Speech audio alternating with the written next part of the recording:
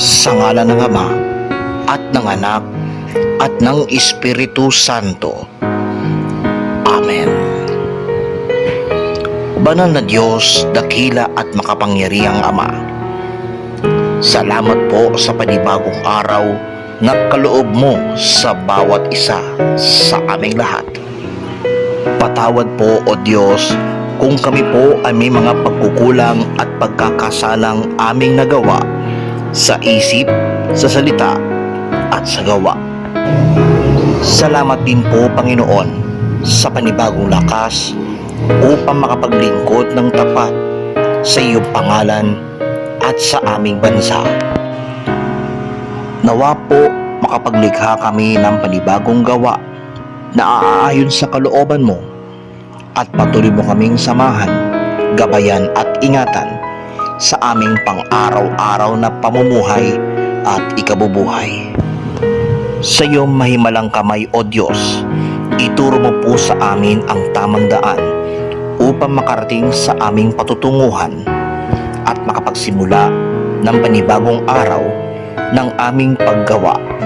Samahan mo po kami, Panginoon, sa aming pang-araw-araw na paggawa na naaayon sa iyong plano at kalooban, at kasangkapanin mo po ang aming mahawakan upang maging matagumpay ang aming paggawa sa buong maghapon. Idinudulog po namin sa iyo, O Diyos, ang mga namumuno sa aming bansa at sa buong mundo upang sa gayon sila po ay makapag-impluwensya ng naaayon sa iyong banal na panukala at mga plano, at nawa po ay patuloy mo kaming mamuhay sa kapayapaan ng bawat isa sa amin bilang mga kapatid, friendship, ka-prayer partner at katuwang.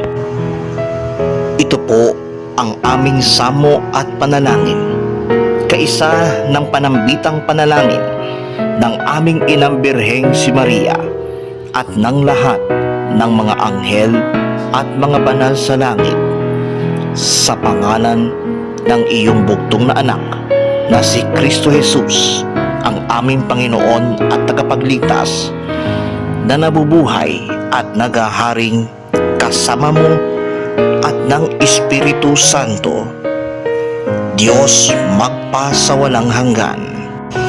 Sa ngalan ng Ama at ng Anak at ng Espiritu Santo. Amen.